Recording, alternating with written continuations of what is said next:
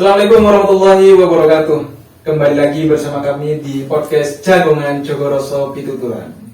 Kali ini kita kedatangan salah satu narasumber yang sudah menjadi mahasiswa, apalagi sudah baru lulus ya, menjadi santri juga di salah satu pondok pesantren besar di Jawa Timur, terkhusus di Pulau Madura. Dan dia juga merupakan salah satu ketua dari komunitas mahasiswa santri Banyuanyar, atau bisa disebut dengan FKMSB, Forum Komunikasi Mahasiswa Santri Banyuanyar. Ya. Kita kedatangan Mas Sultan. Assalamualaikum Mas Sultan. Waalaikumsalam. Gimana Mas kabarnya Mas Sultan? Alhamdulillah baik. Alhamdulillah baik ya, meskipun sekarang masih agak-agak pandemi mungkin ya, tapi alhamdulillah masih diberikan kesehatan. Terima kasih sudah bersedia hadir di podcast saya. Ya, ini sangat bagus sekali ya. Ini ya. Podcast ini sangat bagus sekali ya. Ini sangat bagus sekali menurut saya pribadi, karena ini bisa memberikan sebuah inspirasi mungkin ya bagi teman-teman nantinya gitu. Dan juga sebenarnya Mas Sultan dan juga teman-teman perlu ketahui bahwa tagline dari podcast Jagongan ini, Jogoroso Pituturan, yang tidak lepas dari tagline inspiratif dan juga produktif. Oh mantap berarti. Salah satunya kenapa kemudian kita mengundang Mas Sultan, ketua dari salah satu komunitas besar mahasiswa santri Banyuanyar. Begitu. Ngobrol-ngobrol santai ini saya ingin tahu bagaimana kemudian perjalanan Mas Sultan hingga menjadi seorang santri. Intinya punya inisiatif. Oh mulanya berarti ya, semua kenapa saya itu nyantri lah istilahnya. Sebenarnya waktu itu kalau di Madura ya, kalau di Madura santri itu keren, nggak santri itu nggak keren, ya, gitu istilahnya kalau dulu. Dan waktu itulah kami, khususnya saya pribadi itu ada ketertarikan untuk mondok, karena di lingkungan masyarakat santri itu kayak apa ya, sangat diagungkan, sangat didamba-dambakan, karena memang masyarakat yang begitu agamis, sehingga santri ini merupakan tools mungkin ya, toolsnya untuk bisa meng-hype itu. Seperti itu, makanya saya itu tertarik untuk yang namanya mondok. Dan salah satunya saya mondok di Banyuanyar. Kalau boleh tahu sejak kapan mondok? Saya mondok itu tahun 2011 waktu itu. 2011. Masih tidak tahu arahnya kemana, yang penting mondok. Jadi mulai lulus SD atau lulus SMP itu? Lulus SD. Jadi kurang lebih 6 tahun di sana. 6 tahun. Ya meskipun masih kurang ya, setelah keluar ngerasa kurang, ternyata kok kayak sedikit amat saya mondok. Padahal dulunya saya gak betah gitu. Jadi teman-teman perlu ketahui bahwa Mas Sultan ini santri Banyuanyar, sekarang menjadi ketua FKMSB di Malang, cabang Malang ya. Cabang Malang. Nanti kita akan berbicara terkait lebih luas lagi FKMSB itu. Tapi yang lebih penting, Mas Sultan ini sudah sarjana, baru lulus, ya, dan juga ngambil prodi apa kemarin? Prodi keperawatan. Kesehatan ya. Berarti lulus berapa tahun ini? 3 tahun setengah sih. 3 tahun setengah, luar biasa. Ya gimana ya Mas, apa? Kalau anak kesehatan tuh kan bayar juga mahal. Yang biayain juga masih orang tua. Mungkin salah satu untuk meringankan ya, itu mungkin ada lulus tepat waktu. Meringankan beban keluarga. Iya, bisa jadi.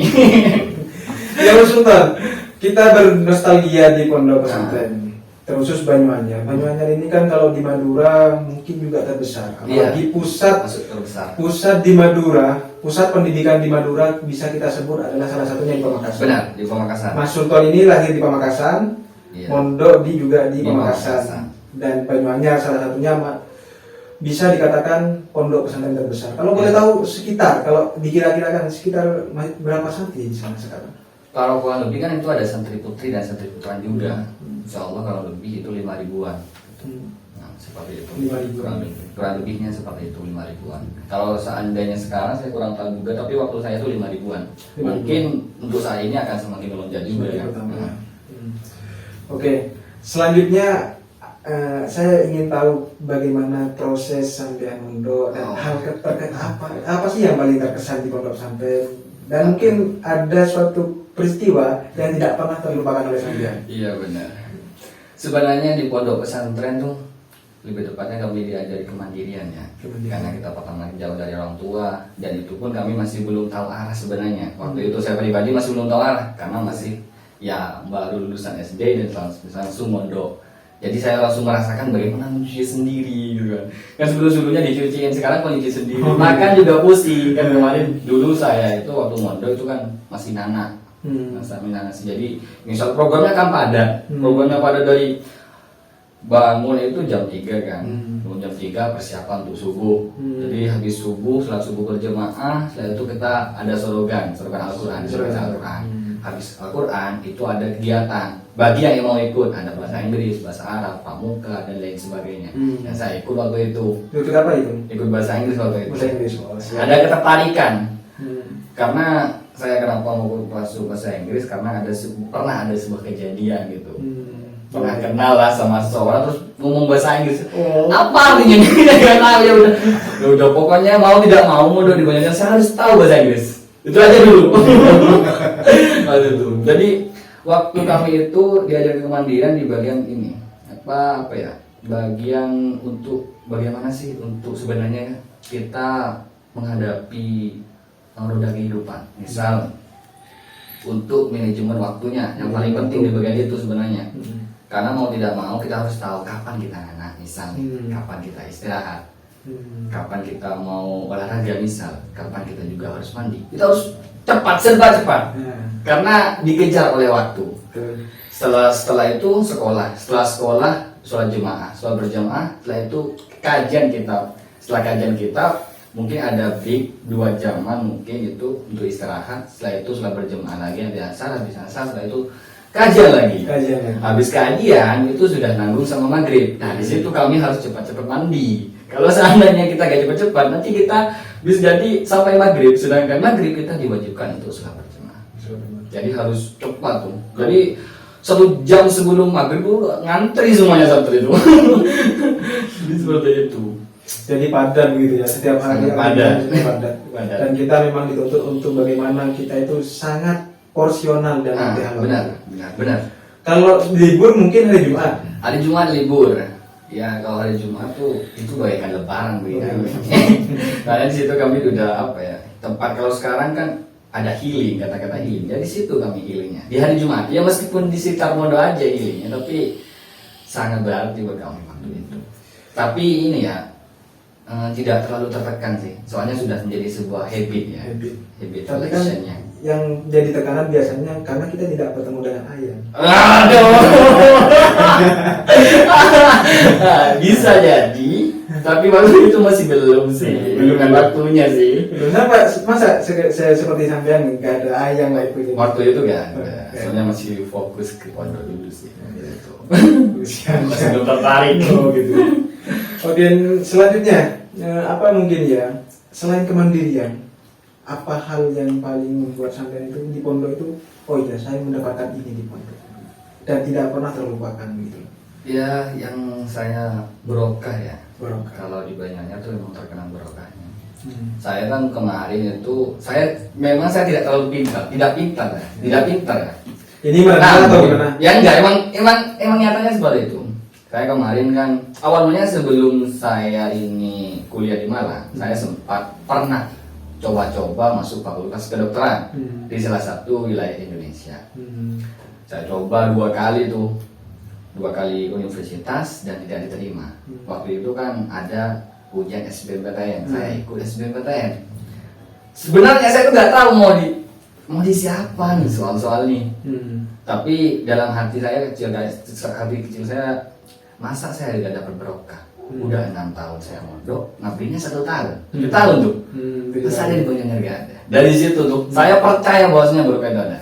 Dan alhamdulillah, saya pulang gara-gara tidak diterima di situ, saya pulang. Langsung saya ke pondok, saya ngaji di pondok, dan saya curhat.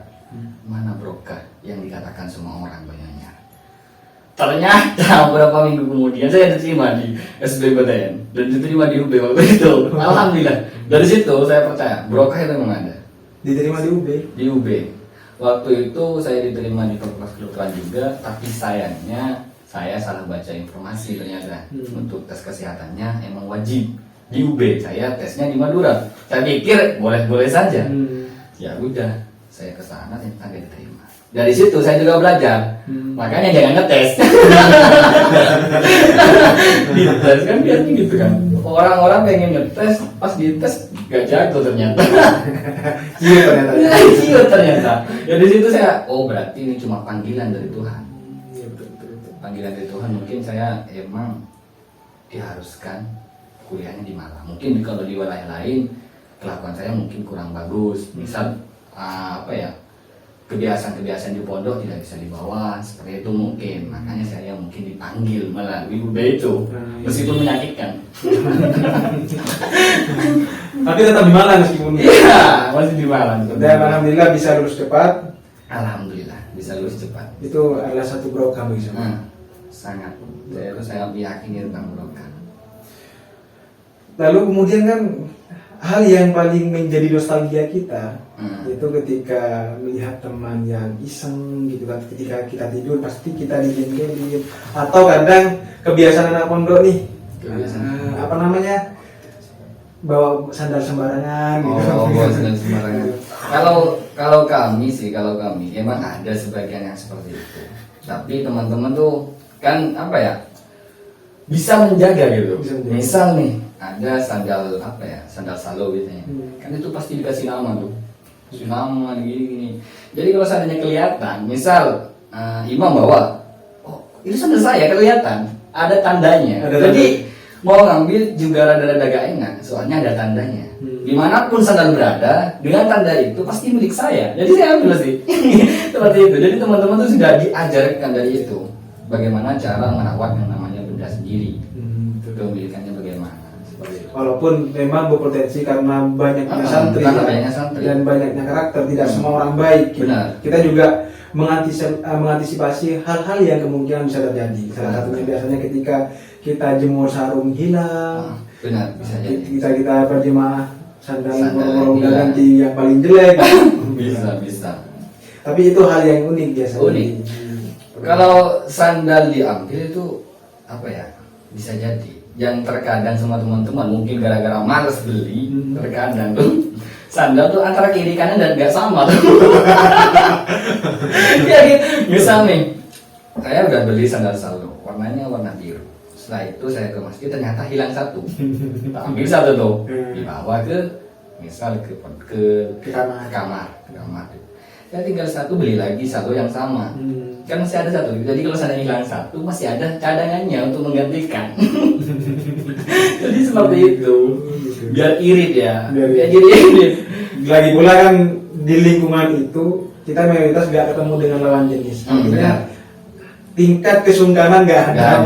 Gak ada kecuali sama ya Ustaz sama guru-guru. Gak ada gengsi dan segala macamnya kan sama. Gak ada gengsi. Jadi kalau anak pondok pesantren kayaknya kebanyakan gak gengsi ya. Soalnya udah ngerasa ngapain saya gengsi gitu. Lalu kemudian selama 6 tahun mondok di Banyuanyar, satu kali tugas. Iya, satu itu kali. Tugas di mana? Saya kemarin juga di Pemakasan juga ditugas di salah satu pondok di Sanah Laut. Sanah Laut. Darul Mustaqim. Jadi sudah menjadi ustaz. Iya, Ustaz magang. Oh, Ustaz magang ya, bukan ustaz asli. Ustaz magang itu kewajiban sih. Kalau saya agak wajib, saya meyakini sepertinya banyak yang tidak mau tugas karena berat. Berarti lulus tahun 2016? 2017. 17. Mondok berarti 2018. Tugas. Tugasnya 18. Dan kuliahnya? Bukan, tugasnya 2017. 17. Lulusnya nanti 2018. Kuliahnya 2018 itu. Oh gitu. 1 tahun pas berarti? 1 tahun pas.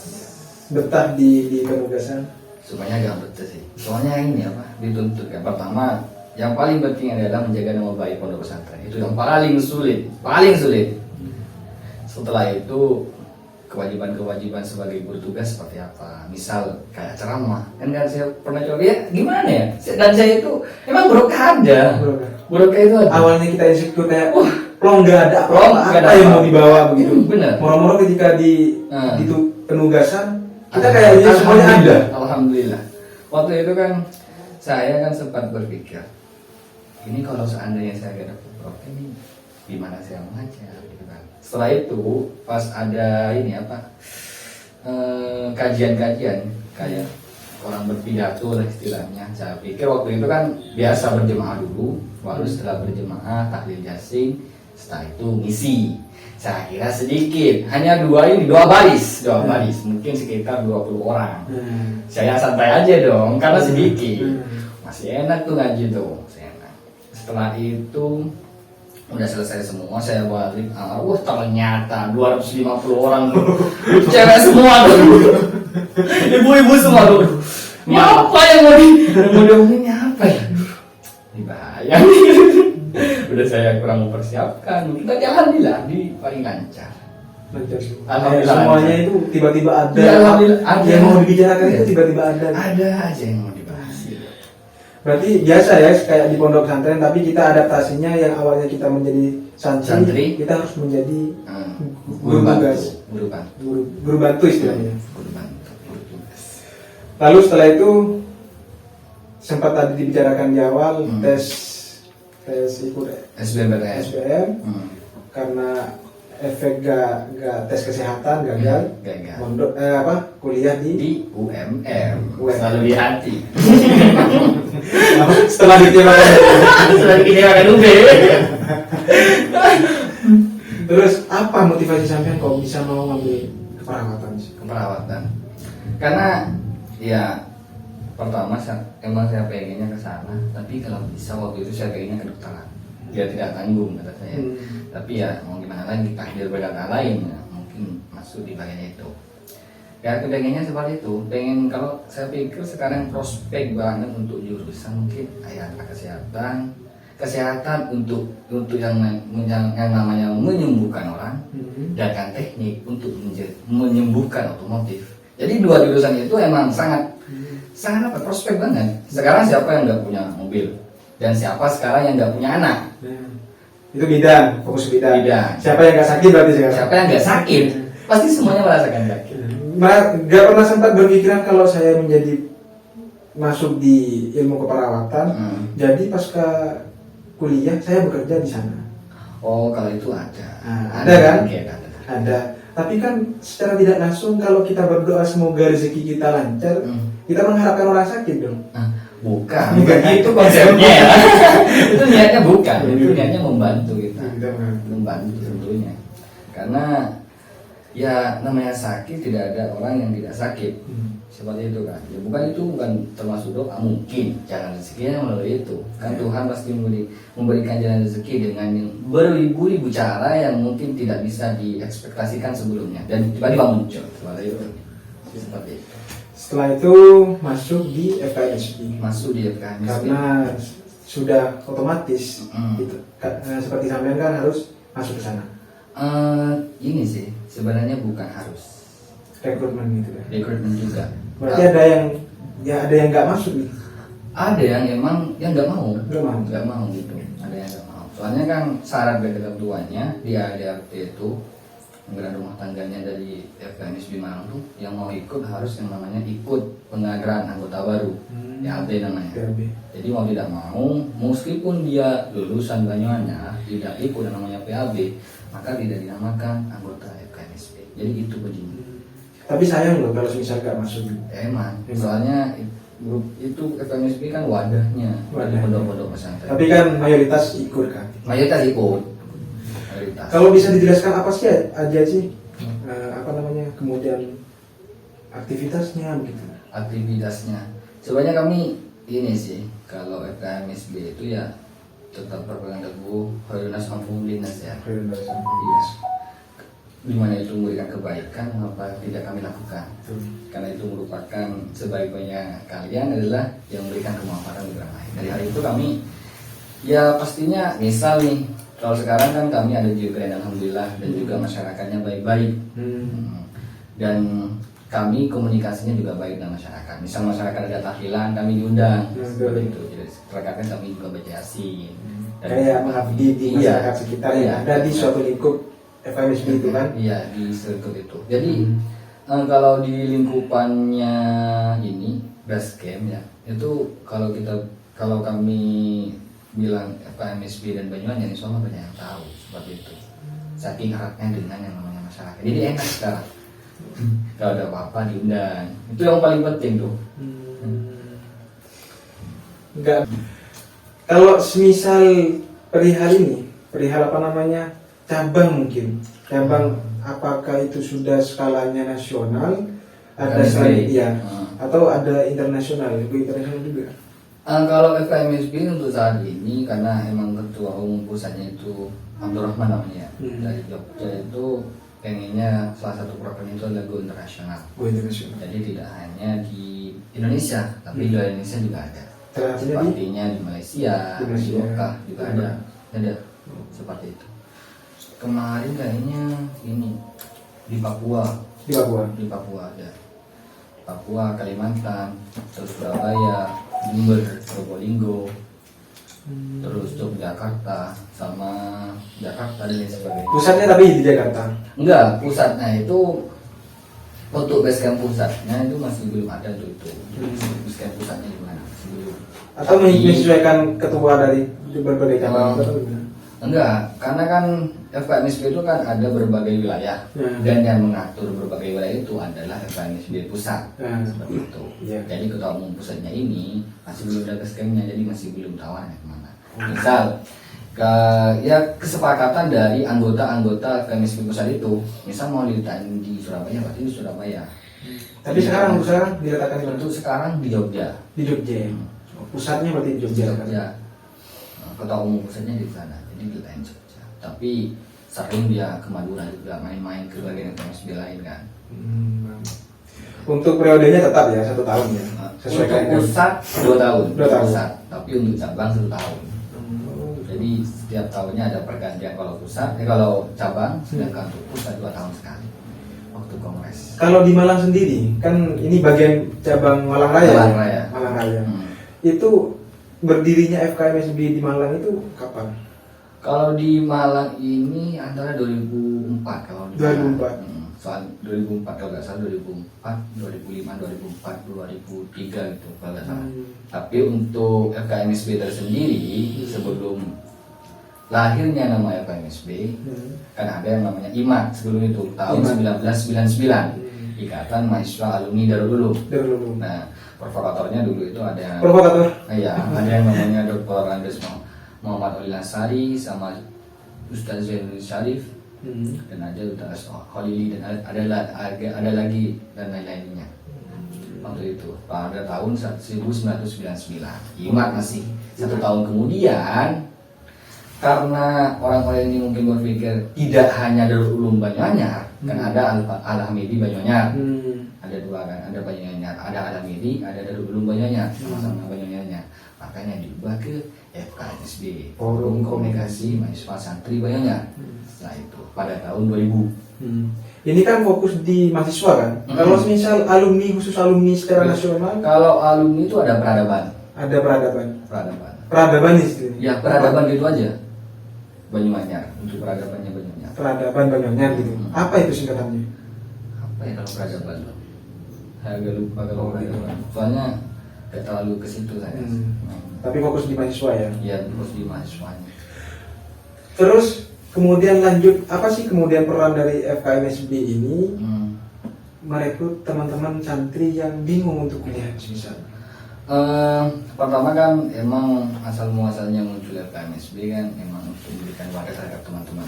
Karena kami meyakini santri itu apa ya, untuk elektronik memang sangat mundur. Soalnya kami kan dilarang bawa HP, otomatis kami tidak tahu informasi. Makanya di situ FKMSB hadir. Biasanya kami ada sosialisasi kampus. Misal expo gitu. Misal ada jalan tahun baru, maka biasanya kami jalan-jalan ke yang namanya pondok pesantren. Di situ kami memberikan info bahwasanya di Malang itu ada seperti ini, ada kampus UB, ada Unisma, ada lain sebagainya. Sama juga dengan wilayah lain semuanya datang mempromosikan gitu. Iya, Jogja, Surabaya, Jakarta, Bangkalan, semua hadir ke pondok itu untuk mempromosikan bahwasanya di Bangkalan misal ada kampus ini, di Surabaya ada kampus ini. Jadi teman-teman nantinya yang mau kuliah gak akan bingung. Oh, jadi saya kalau saya ingin kuliah di misal di Malang, berarti saya masuk FKMSB Malang biar gampang untuk bagaimana masuknya kampus. Seperti itu kan, karena kami kan pasti akan diajari Dek, kalau seandainya sampai itu mau kuliah di Malang, maka pesertanya seperti ini. Oh ya kak, siap. Jadi teman-teman ketika sudah ke Malang tidak bingung-bingung lagi terkait dengan administrasinya di kampus seperti itu. Jadi enak. Jadi mulai dari sampean masuk kuliah itu ada campur tangan teman-teman FKMSB? Ada waktu itu banyak semuanya kayak ini. Merangkul. Yang lulusan tuh, apalagi yang di Unitri kan terkadang ada beasiswanya juga kan, kayak Muhammad Bukit tuh, yang lihatnya tuh. Biasanya siapa yang FKMSB yang mungkin ini apa kekurangan dana mungkin yang memiliki potensi yang bagus mungkin bisa diambil. Kalau kelebihan dana mending ke Bukan dana dong. Jangan gimana ya waktu itu saya lihat gak ada yang lain yang gunakan aja. Jas merah. Ya kan saya sampean kan UKT-nya 10 juta. 10 juta. Beda uang gedung. Beda Uang gedung itu berapa? Tapi ini enggak, kalau awal gedung bayar uang gedungnya waktu pertama kali aja. Ya kan puluhan juta juga. 32 juta. Kan bawain deh ke sana. Bukan ingat lagi tuh. Gimana? Tapi itulah mungkin peran penting dari FKMSB. Iya. Artinya bisa merangkul teman-teman yang memang awalnya fokus di pondok pesantren dan mungkin ingin majukan pendidikan perguruan tinggi. FKMSB hadir di sana. Iya, FKMSB, we coming. Siap. Iya. Mungkin bisa diminum. Oh, iya. Kalau ini ya. Santai-santai. Namanya juga. Jadi kita ini anti grup guys.